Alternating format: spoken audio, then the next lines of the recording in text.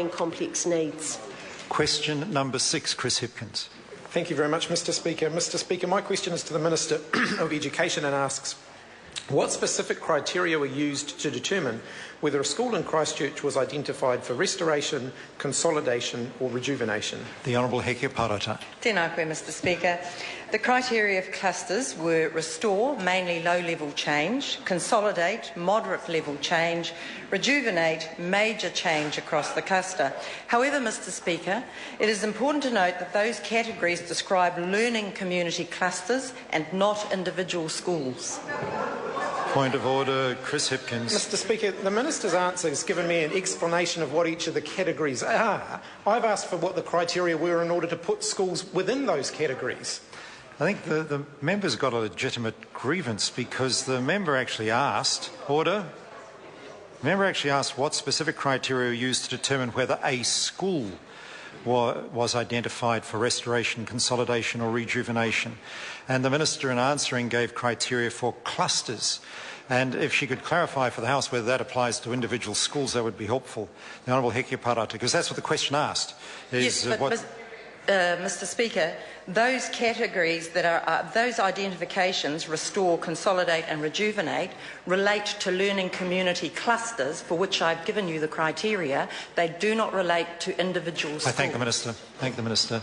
Chris Hipkins. Mr Speaker. Point of order, Chris Hipkins. Mr Speaker, schools were specifically listed in her proposal under one of those headings, and I've asked the criteria on which they were listed under those headings. It's a primary question and it's not an unreasonable question.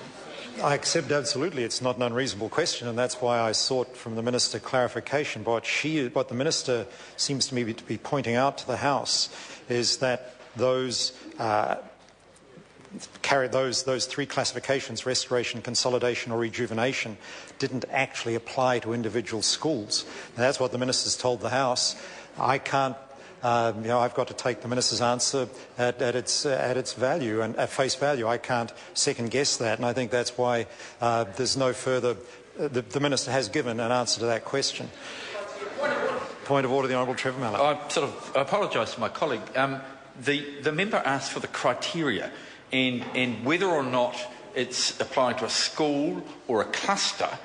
I'm not sure that any criteria were given. Well, the Minister did, if I remember, on order. The Minister, in answering a question, if I heard it correctly, went through the three categories: restoration, what applied to that; consolidation, what applied to that; and rejuvenation, what criteria applied to that. She went through each one. Now, admittedly, she made it clear those didn't apply to individual schools, and that's why I think there's some grounds for concern here. But just because the question asked that information doesn't mean to say the question was right in assuming that those categories apply to each school. I mean, the Minister is telling us they don't, and I've got to take the Minister's word at that. The member may dig further because it seems the member may have information that disputes that. Chris Hipkins. Parliamentary question, Mr Speaker. Mr Speaker, what specific criteria were used to identify whether a specific school was proposed for a merger or a closure? The Honourable Heke Parata. That's not the primary question. The Honourable Heke Parata. Sorry, can you repeat the supplement? I invite the member to repeat his question. I'll try. Yeah. What specific criteria were used to identify whether a specific school, an individual school, was proposed for a closure or a merger? The Honourable Heke Parata. Well, point of order, Mr Speaker. The primary question... Point of order, Heke Parata. I beg your pardon. The primary question actually refers quite specifically to these identification of restoration, consolidation and rejuvenation, and I have answered what the criteria were for that, and I've made it clear that that it didn't apply to individual schools. We're on now quite a completely different question. Order.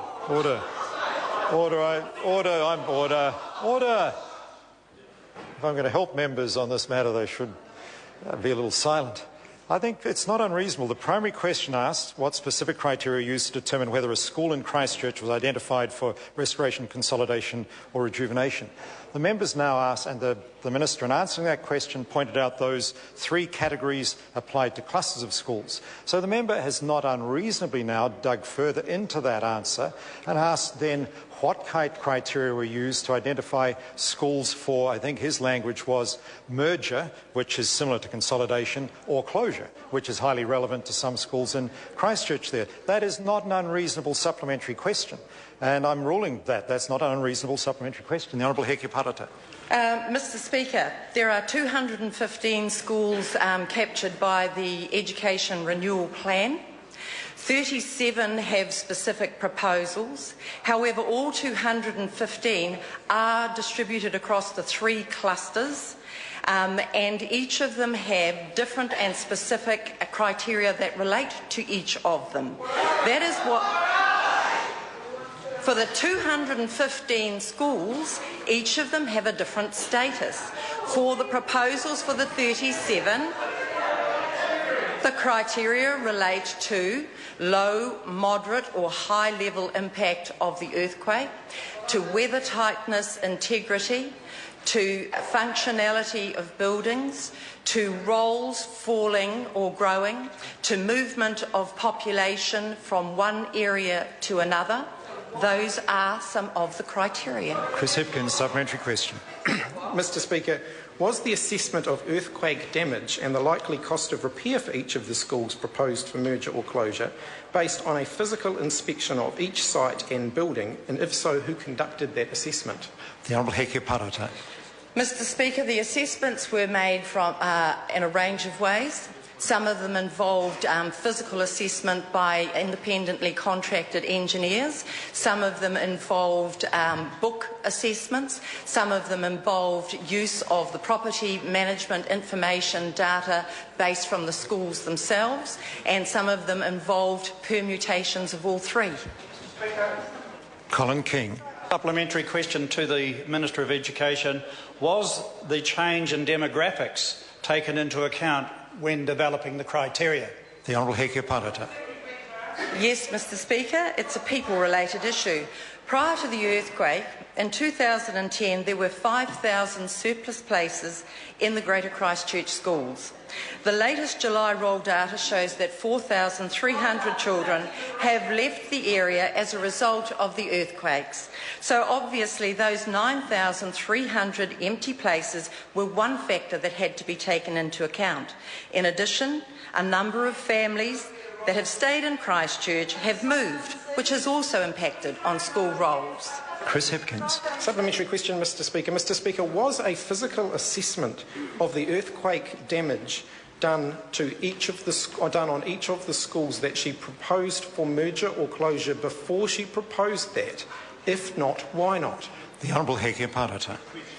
Mr Speaker, I do not have the specific range of assessments that were used for each of the schools. Tracy Watkins. Tracy Martin, I beg your pardon.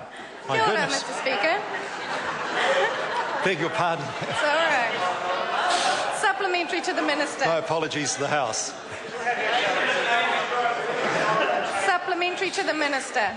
Can the Minister assure the House that parental elections for boards of trustees will be held within 6 months of any consolidation or merger of schools in Christchurch as per the requirements of the Education Act 1989?